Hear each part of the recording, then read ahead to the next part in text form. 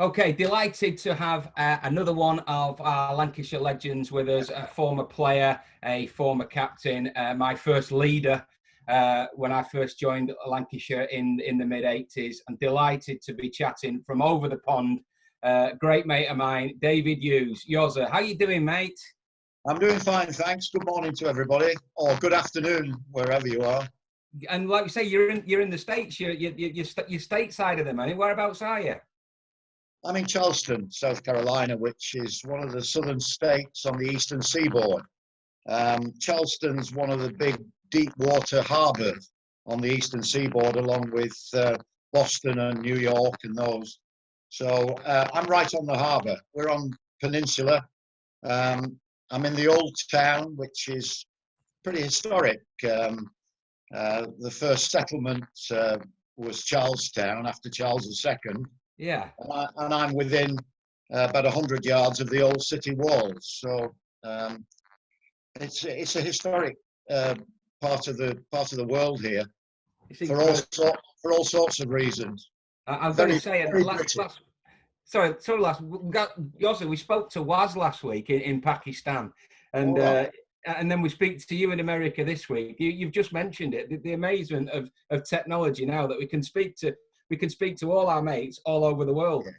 Yeah, it's fantastic. I remember when I first went to Australia playing cricket, you had to write one of those aerograms. It took a week to get back, and then, so you can't beat technology. Absolutely, it's brilliant. I mean, we could be having a brew, couldn't we, in the members' pavilion at Emirates Old Trafford at this minute? We could. Well, hopefully we'll be able to do that in the next 2 or 3 months, I think. But, absolutely. Isolation over here has been tough. We're into our 4th week now of complete lockdown. Everywhere's closed. Golf courses are closed. Restaurants, pubs, businesses are all in the 4th week of lockdown. What's it like over stateside? Well, I correspond with my son over Skype quite often, and he's in Warrington. So I get a feel of what's happening in the UK. I also have all sorts of apps on my phone. BBC and Manchester Evening News, so I'm sort of up to date with what's happening. We're not quite on as bad a lockdown as you are.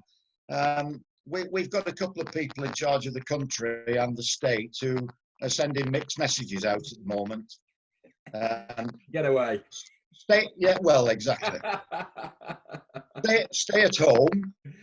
But then he's just opened up all the stores so people can go shopping, So it's 6 of one, half a dozen of another.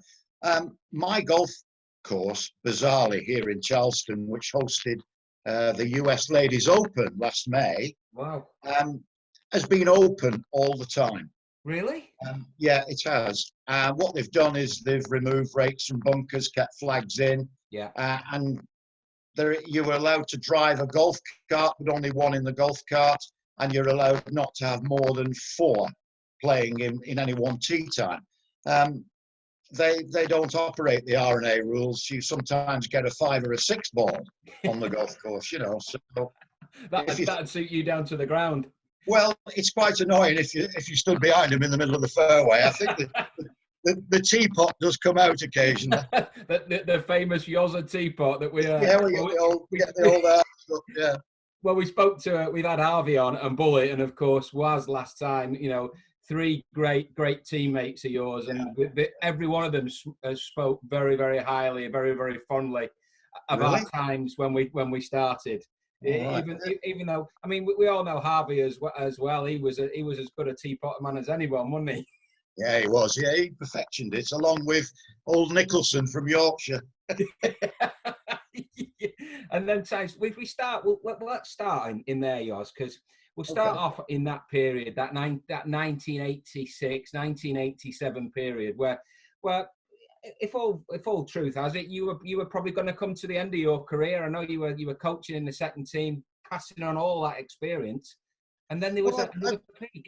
I'd sort of been pushed into that area. Yeah. Really. John Abrams captained the side 84, 85, and I did figure a little bit in that. Mm-hmm. But when Peter Lever took over as coach, Clive was in his first well, Clive had done 80, 81 and 82 as captain. And I played pretty regularly there. But suddenly it got to 86 where Peter Lever, for one reason or another, didn't want to include me in the side. So I went off and played in the second 11, and I was just determined to put as much pressure on first team selections as I possibly could. And Alan Ormrod at that time, he wasn't playing in the first team either. And he was captain in the second team in 86. Yeah. And he sort of stood to one side and said, look, Yossi, you go and captain the side. And we had all sorts of guys in there that were on the fringes of the first team, but never really got a run out. And we had a bizarre situation start because we were winning matches. There was a lot of laughing and joking going on, and people were enjoying themselves. The first team were actually performing very poorly. And the second team was at the top of the championship, second 11 championship. Yeah.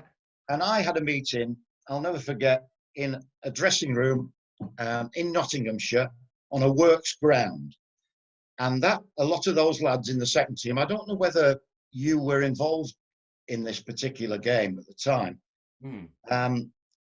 But the feeling in the dressing room was all the lads are having a great time. It's great playing second team cricket. And I sort of half lost my temper because I then said to them, that is not the attitude that I want you to be. We're here not to play second 11 cricket. We're here to play in the first team at Lancashire.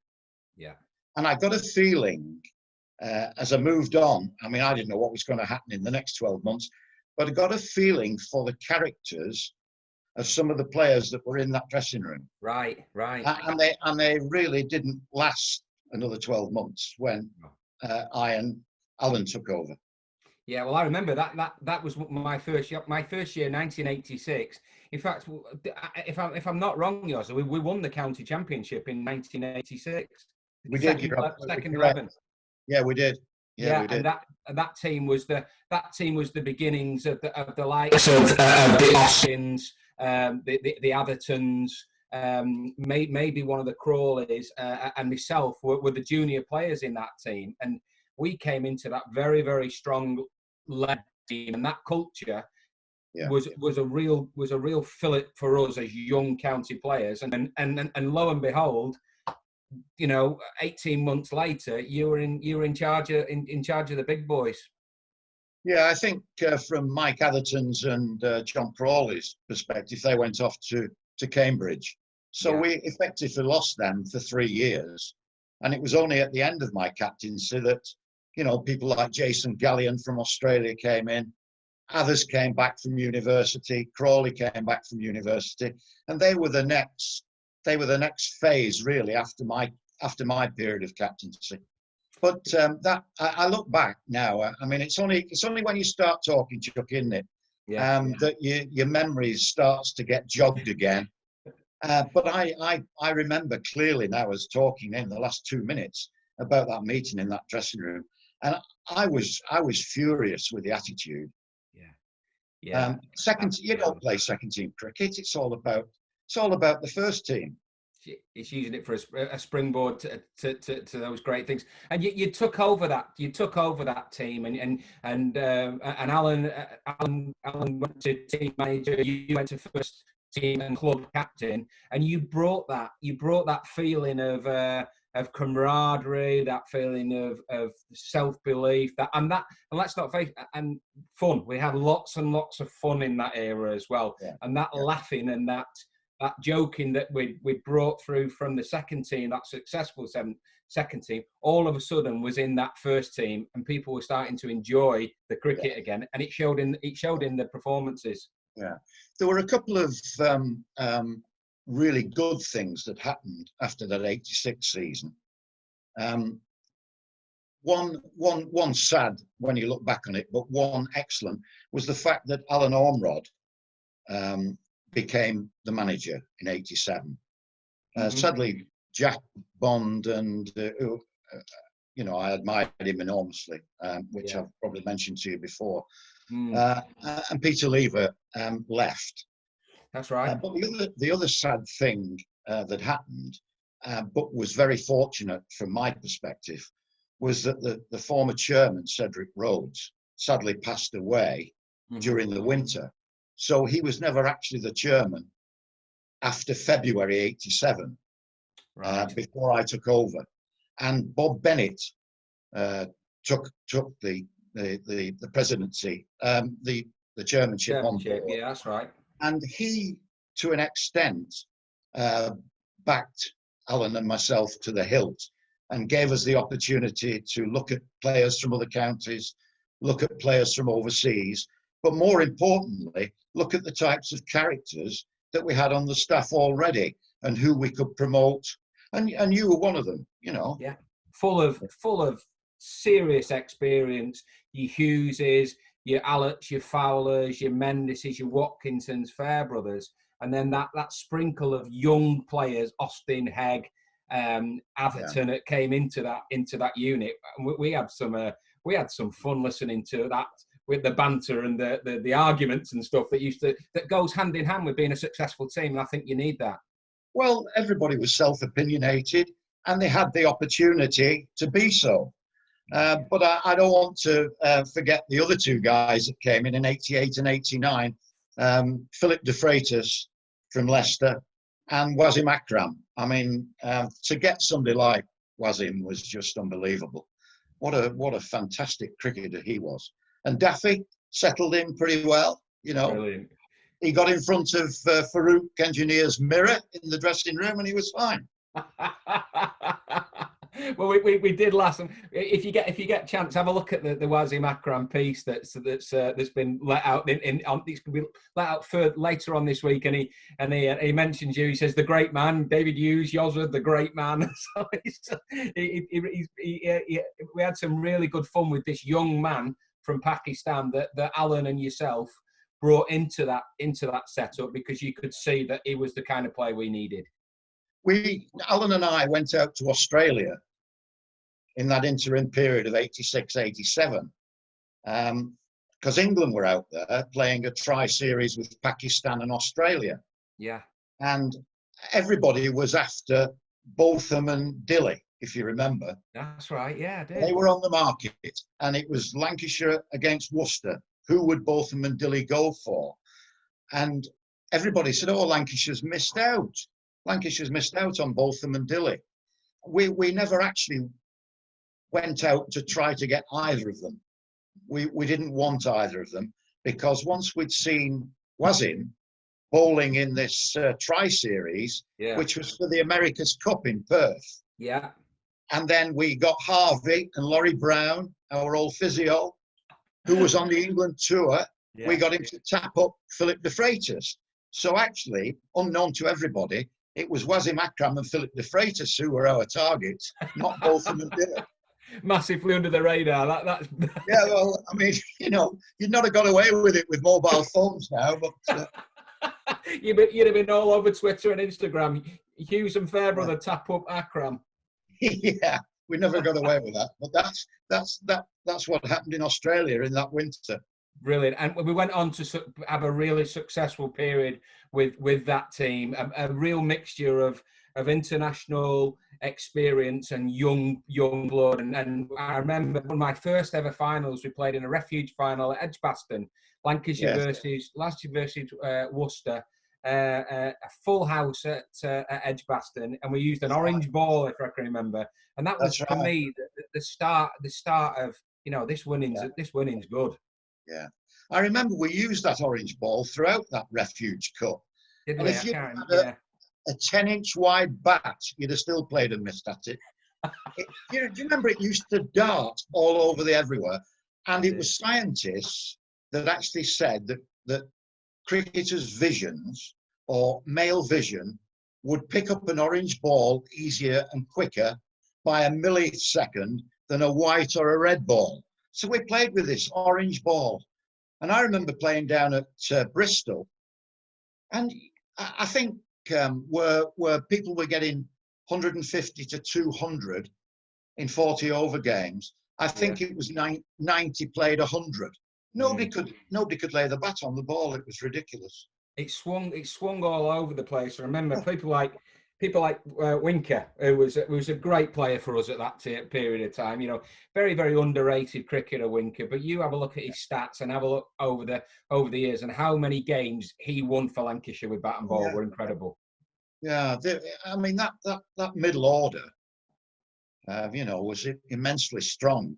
But we had a good partnership up front in Fowler and Mendes. Yeah, and everybody batted all the way down, so that, you know, whatever department didn't quite come up to speed, everybody contributed and got us through. You know, a lot of the magazines that go out in Lancashire, it's you holding up the Benson Hedges Cup game at Lancashire, and you brought that feeling and that fun and that never say die attitude. They must have been proud moments for you with that set of young charges. Well, it was. I think I'm thankful for the fact that I said earlier that we had a bit of a free rein, and I had somebody that I liked enormously in Alan Ormerod. Yeah. We just got on so well together, and we were given a free hand. And not only did we bring young people through, because I was always of the mind that I wanted to play as many Lancastrians in the side as I possibly could. Yeah. But we were also mindful that we had a nucleus of young players that needed to be given the opportunity, but we had to ally that with experience. And Trevor Jesty joined us, if you remember. I always thought he was a fantastic cricketer. Yeah, brilliant, you know, brilliant cricketer. He won us the game in the Refuge Cup at Birmingham. Yeah. You know, he got 50 odd. Yeah, he was a brilliant player, Jets, wasn't he? And he was a guy that came from the south coast, and he came into a northern dressing room and he got heaps, didn't he? I mean, we even named a sickbed after him, didn't we? We did. Well, he, you know, in the latter end of his career, he spent a lot of time on that bench. But, you know, I mean, he had to work hard against that northern attitude of softy southerners, you know. Yeah. No, but he came through, the lad. He came through. He enjoyed himself. I used to see him in later life on the umpire circuit. You know, I used to, during my work for the ECB, I used to run into him when he was umpiring first class matches, and we always had a good rapport. So that was that late 80s yours. That was the curtain call on your career. But let's take us back right to the early 70s and that other stellar period of Lancashire cricket. Another great era with some great players and an era that have gone down in the history of the club. And that was the Jack Bond era that you've mentioned, when Bond was captain. And under him, the young charges of the Hugheses, the Simmons, the Harry Pilling. What was it like playing in that area? Well, I'd come really from the Bolton League. I'd played 2 seasons in the Bolton League with Farnworth, and that gave me a really good grounding. That was a tough league to play in. You know, they didn't take any prisoners at all. Tell me about it. I know all about the Bolton League. Fantastic. And Farnworth was great. There was a lad on the staff already called Alan Thomas that played in the early 60s. Duncan Worsley, of course, that was his cricket club as well. Farnworth, but we also, do you remember Billy Taylor that used to bowl quick for Nottingham? Not really, no. He was a Lancastrian as well, and he was in that side in 1986 at Farnworth when we won the league. So I came straight from that Bolton League. My first year on the staff at Old Trafford was 1987, when the great Brian Statham was still club captain, on many occasions as 12th man and fielding, racing around the boundary.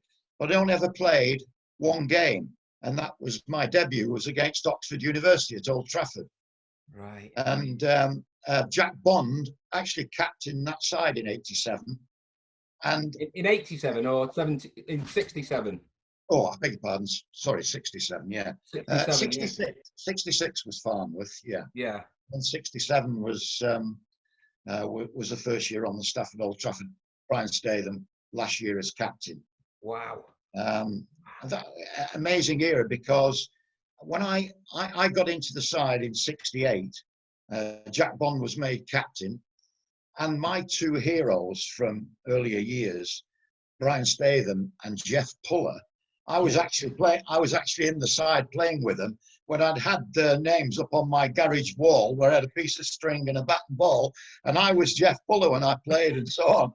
So to be actually be in the same side as those two guys, and I played at Lord's, my first appearance at Lord's. Jeff Puller got 100. He was a fantastic batter, and how I ended up at second slip, I do not know, because we were struggling in the game. And I remember Jack Bond looked at Brian Statham, who was always of gaunt expression. He always looked almost on his last legs, and he said, "Brian, can you give us a quick burst here?" They were Middlesex were chasing a total, and they were only 3 or 4 down. And Brian Statham, he was like double jointed. He sort of pulled his sweater from the middle of his back over his head. Quite extraordinary way of taking his sweater off. But anyway, he came down the hill from the pavilion end. Yeah.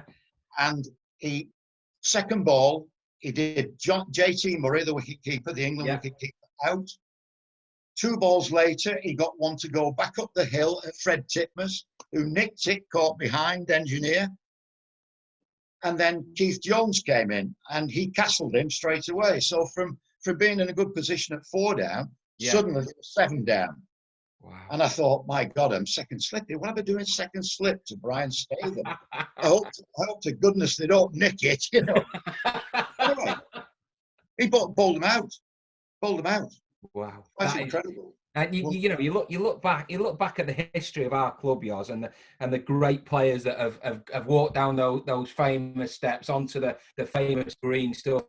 And don't get bigger than Brian, but Brian Statham, to have said you've played cricket with one of cricket's all-time greats, really, is something that you can look back and think, wow, I was very, very fortunate to be in that situation, along with other players in that club.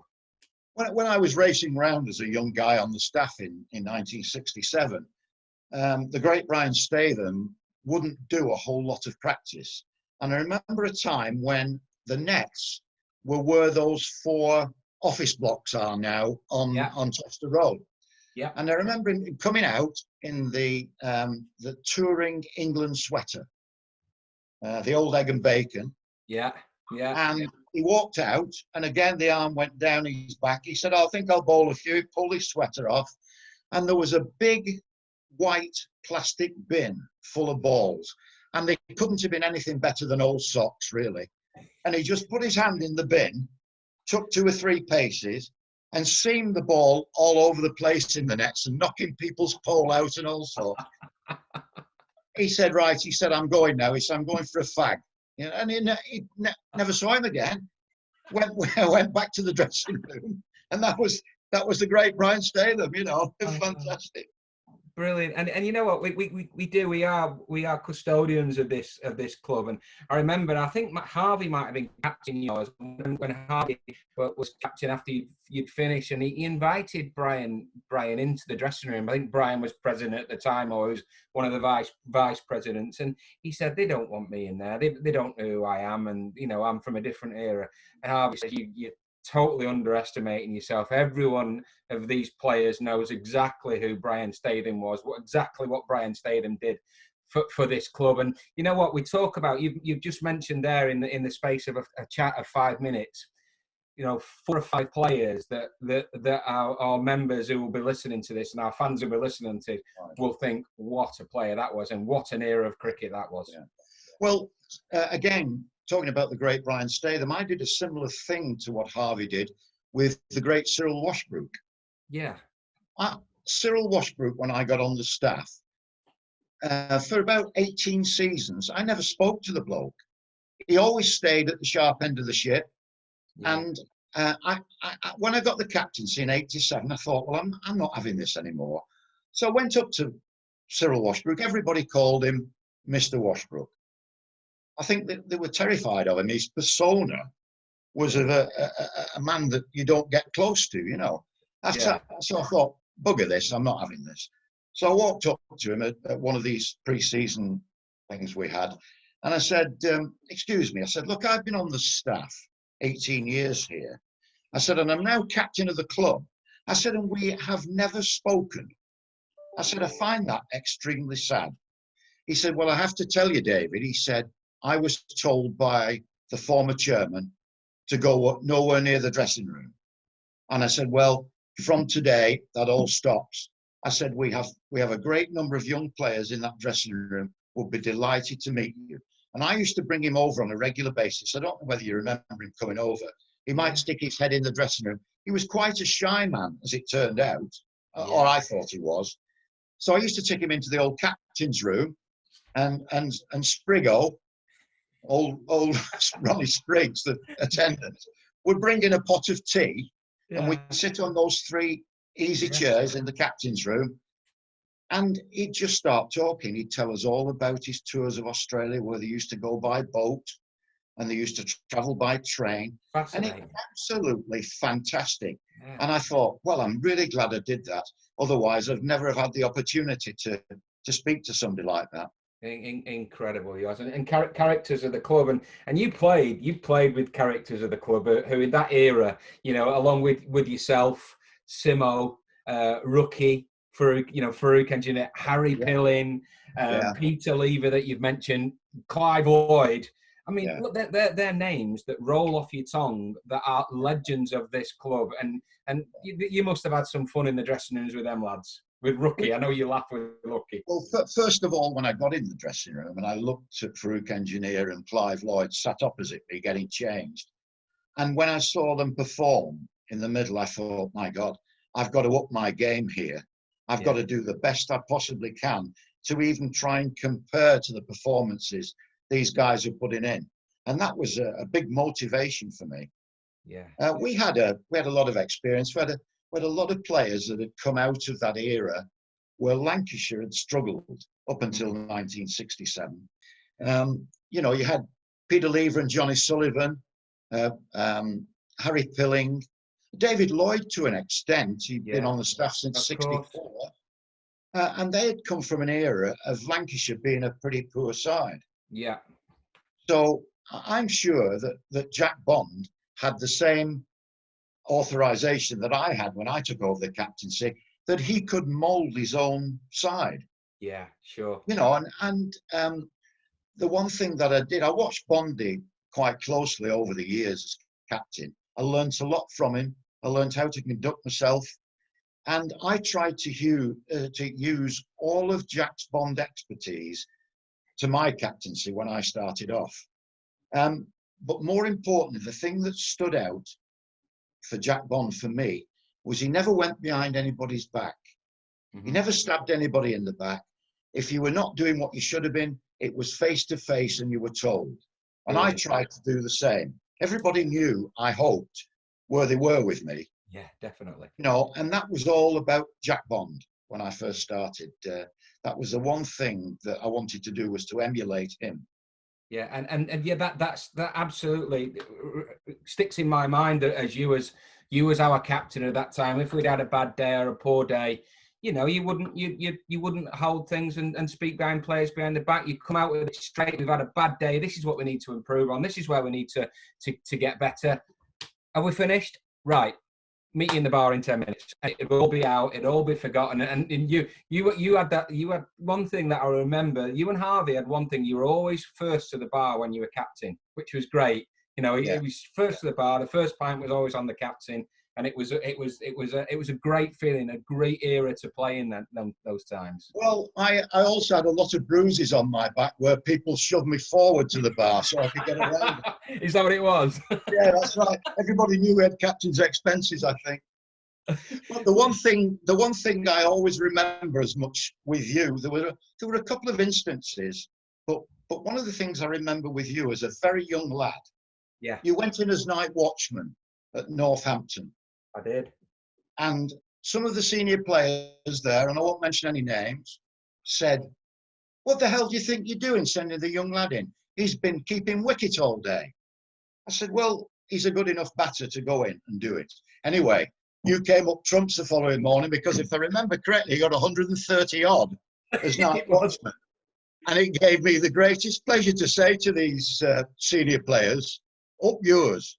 Yeah, absolutely. And No. yours, it was the first real 100 I'd scored in any form of cricket. Right. And that moment, that opportunity that we talk about, opportunity knocks, that famous old saying, that shaped my career. That did shape my career. I remember I batted 10 because I'm sure Pato batted 11 behind me. And I got 20 odd not out in the first innings. And I thought, that's the best I have ever played, ever, in any kind of cricket. And then I was night watchman and setting dig when you put me in. And the rest is history. You're absolutely right. But it gave you a second string to your bow. It gave you responsibility in another area. And there's no way I could have batted you at number 11 because Patrick Patterson was the only one that managed to score 0 at the Oval when we scored 863 for 9. I remember. He bagged one. He managed to bag one. What a game! And that's when Harvey got 300 or something like that, didn't he? 366. I wanted him when Ian Gregg didn't declare and just carried on going, and everybody knew that the pitch was a shirt fronter. We could have played for 12 days on the pitch.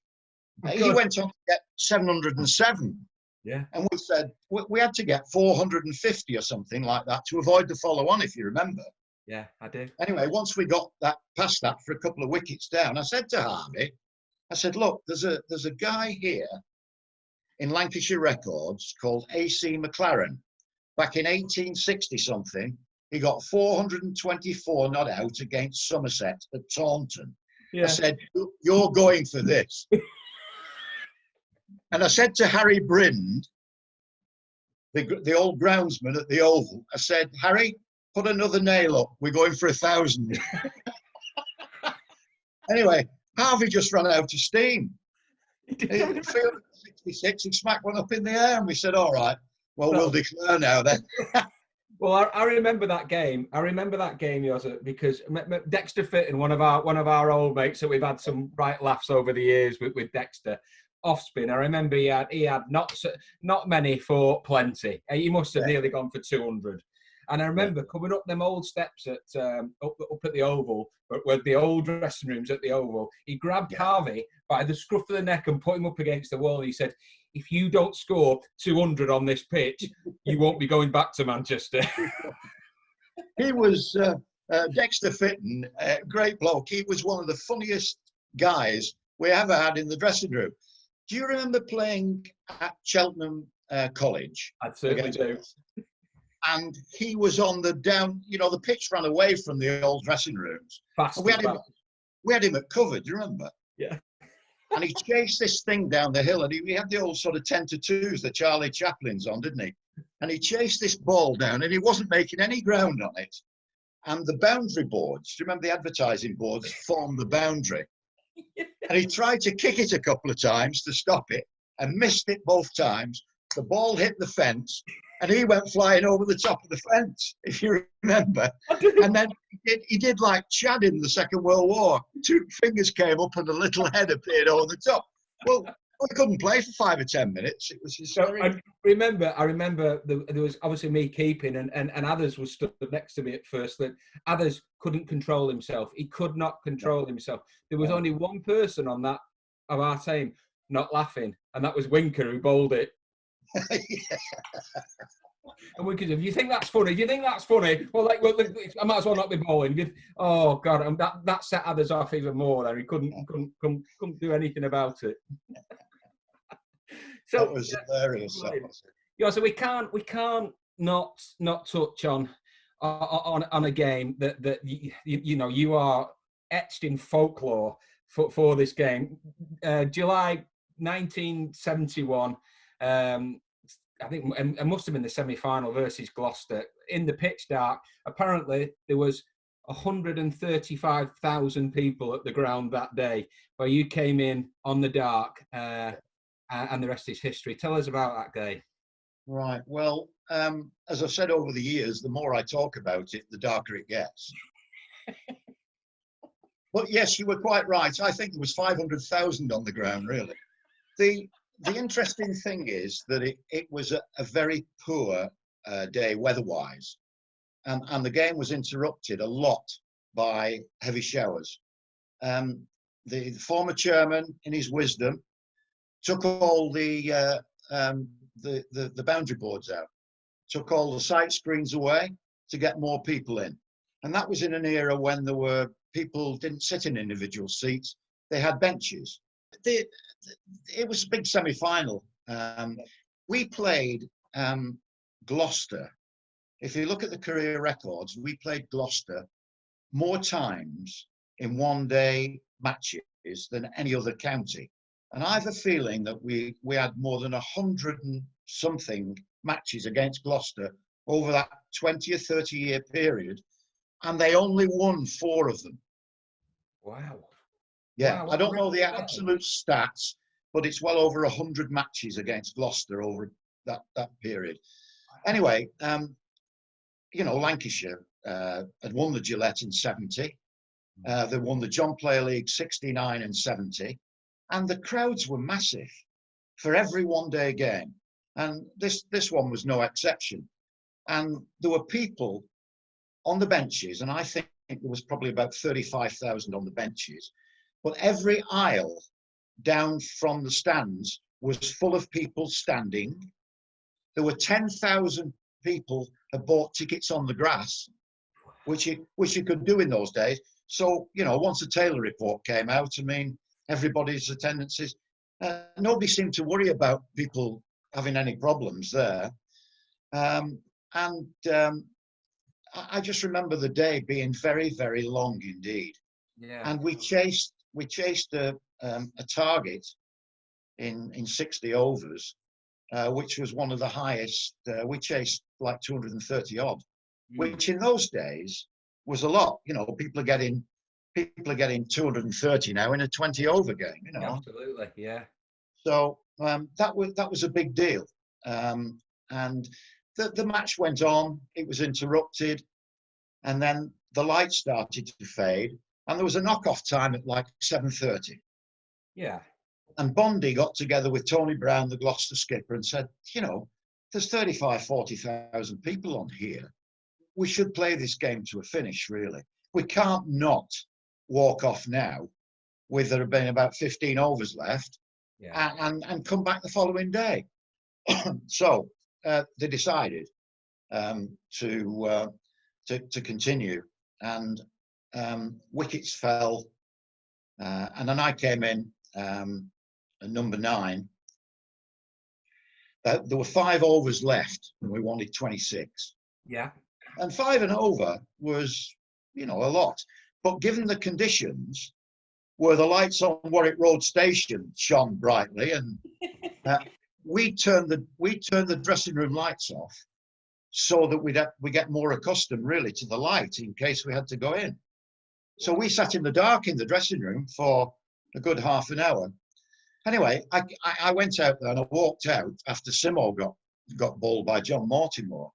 And I said to Arthur Jepson, that's one of the famous quotes now of Arthur Jepson. I said, my God, it's dark out here, Arthur, isn't it? And he said, can you see that little thing up there? I said, you mean the moon, Arthur? He said, yes. He said, how far do you want to bloody see then? Well, that sort of a bit of humour. Anyway, I played and missed at the first couple of ones. I couldn't pick the ball up.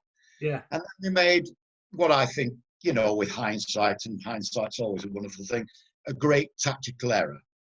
Because Mortimer had 1 over, Jack Davey had 2 overs left, and Mike Proctor, who was bowling rapid, 85, 95, 90 mile an hour, had 2 overs left. And they opted because Mortimer, I think, had bowled them into a winning position. He got rid of Engineer, he got rid of Clive, he got rid of Simo. Yeah. He opted to bowl Morty this 56th over. And Bondi was at the other end. And I said to him, I can't pick this ball up. I said, how are you doing? He said, well, it's extremely dark. I said, well, if they're going to bring the spinner on here, I said, we've got to try and get as many as we can off the spinner. The problem was as well is it was a backdrop of heads. Yeah, no sight screens. No sight screens. So had they brought Proctor and Davey on and bowled them out and left Mortimer the last over, we wouldn't have won the game. Yeah. Wow. And the rest is history. 24 in one, 24 in one over, if I'm not mistaken. And you know, the members, our fans, our people that are involved with the club still talk about this to this day as probably one of the most defining moments of Lancashire cricket. So it must be proud. It must be proud in your mind to feel that you'll always be part of that. Well, I was delighted to be involved in it and to be able to contribute to that. You know, it was an amazing day. It went on to 9 o'clock.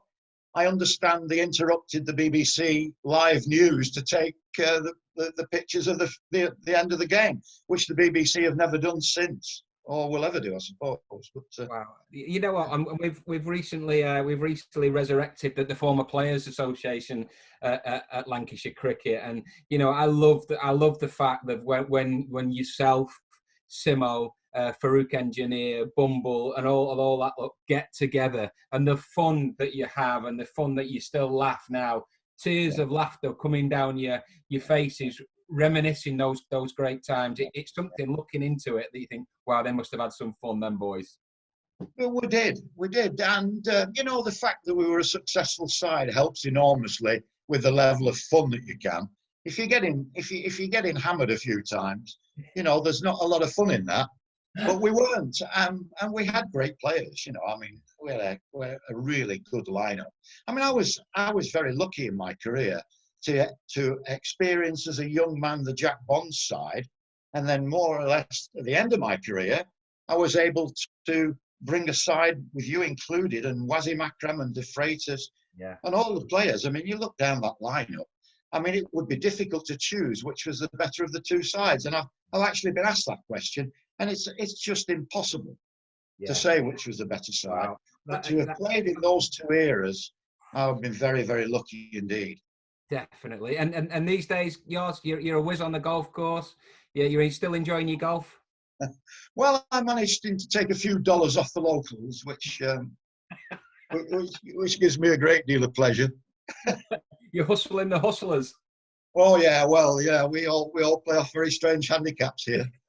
I even got a text message this week from Max Stop in Scotland, reminiscing those great times at Glen Eagles and St Andrews and Muirfield when you used to take us up at the end of the season.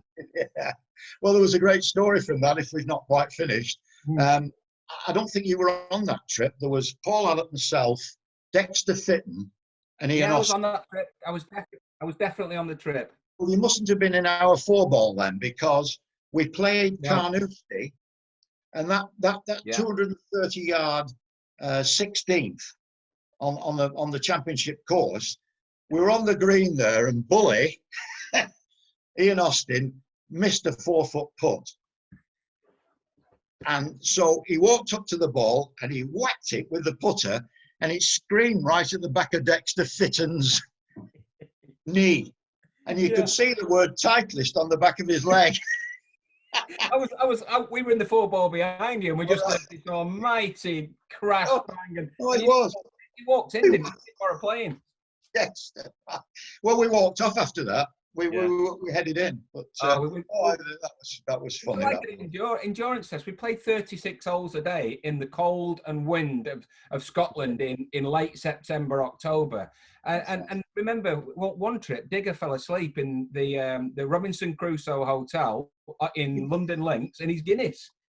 With a big steak and kidney pie down him and chips and a pint of Guinness, and he fell asleep in his Guinness, and we had some great times.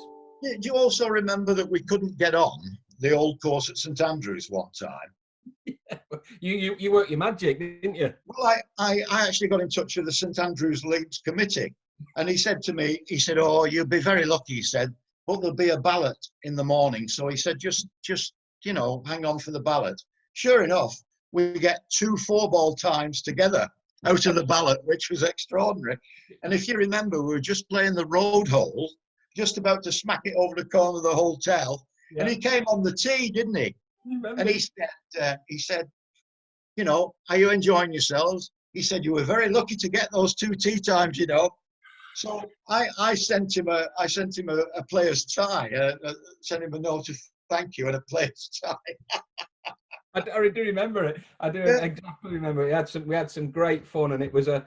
You know what, yours now. We look back at those times and those great finals we had, and those great times we had, and they were the best times of my career. The best times of my career came in that era.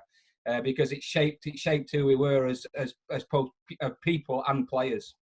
Well, it was a side that, you know, there were people going to drop out because the likes of John Crawley, Michael Atherton, Jason Gallion, Peter Martin, Glenn Chappell had to be brought into that side in the early 90s. Yeah. And it was a staff set up for 10 or 12 years, really.